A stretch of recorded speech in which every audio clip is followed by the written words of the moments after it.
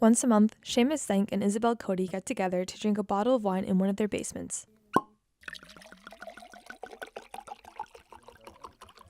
As they sip on their drink, they talk about the beverage they chose for the occasion.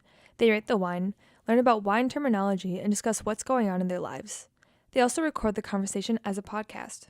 Hello and welcome back to another episode of Rise and Wine. I'm here with Seamus. My name is Seamus Zank. I am a senior at the U, and I am recording along with my co-host Isabel's podcast, Rise and Wine. It's basically where we have an hour or so. We each have a bottle of wine or a substantial amount of wine and kind of drink it over the course of the podcast. We have a couple of different segments that we go over.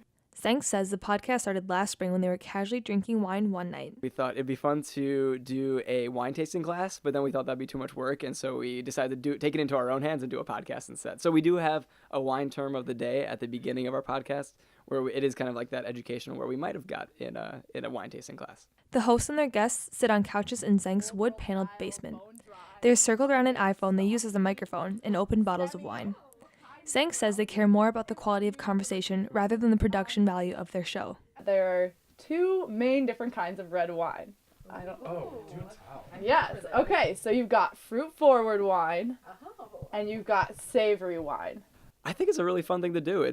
First, it promotes conversation, and whether that be just like personal conversation where you just get to catch up with people, or if it's meaningful conversation, if there's a serious topic that you're talking about on a podcast, I think that's awesome to promote that. But I think it's just fun to get something involved in a creative outlet for whatever that might be, whatever the topic is. Just good to have something that's outside of like kind of the traditional ways that you think of on campus.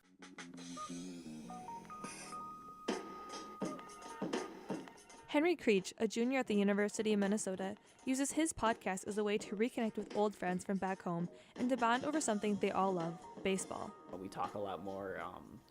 Amos is at school in Ohio, Joaquin's still in New York, and I'm here, so it's really like, it sort of keeps us connected, keeps us talking to each other all the time. It's definitely like really sort of enhanced our friendship. 3 years of intensely playing fantasy baseball led up to the creation of their podcast, The Rally. One day I think Joaquin was just like, we should have a podcast, we we talk about this so much, we should record it and put it out there. And so they did. In each episode, the trio goes over season predictions, game recaps, and discussion about teams and their players.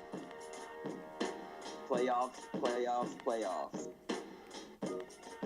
Creech says the podcast is a way to connect with others about something he's passionate about through conversation. Most of my friends and most people our age aren't really that into baseball, and so it's nice just to sort of have people I can actually talk to about it. Not just interactions on Twitter with strangers, where I'm just typing and they're typing back at me, where actually we get to really, talk to each other. Getting plays on their episodes is nice validation too. The show averages around 50 plays per episode on SoundCloud. Though Creech appreciates listeners, having a successful podcast is not one of his goals. It would be nice to have a super popular podcast. I also feel like that would come with a lot of pressure. I don't think we're verging on that right now. Some students on campus do work on podcasts with larger audiences. Radio K, the student-run radio station at the University of Minnesota, has incorporated podcasts into their programming.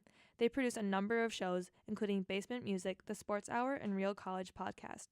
It's some reporting, it's some essays, it's all audio, and it's about 30 minutes arts and culture in Minnesota, and then kind of whatever they want to do. I don't edit their ideas of what they want in the show. They have their whole life to be grown-ups and be told their ideas aren't interesting. Sarah Lemanchuk is a U of M instructor and program advisor at Radio K. She's been an advocate for students to learn how to create podcasts. She has also taught multiple podcasting classes at the journalism school. Digital media is where we're going, and that we should be, to be competitive, we should be offering students the chance to learn how to tell stories in sound. And I think there is something appealing to about how much of it happens in your imagination, and it's not just constantly in your face. It can be this kind of background while you're doing these other things. So, who is listening to these podcasts? Even the creators themselves aren't quite sure. For Seamus Zank and Henry Creech, the numbers don't really matter.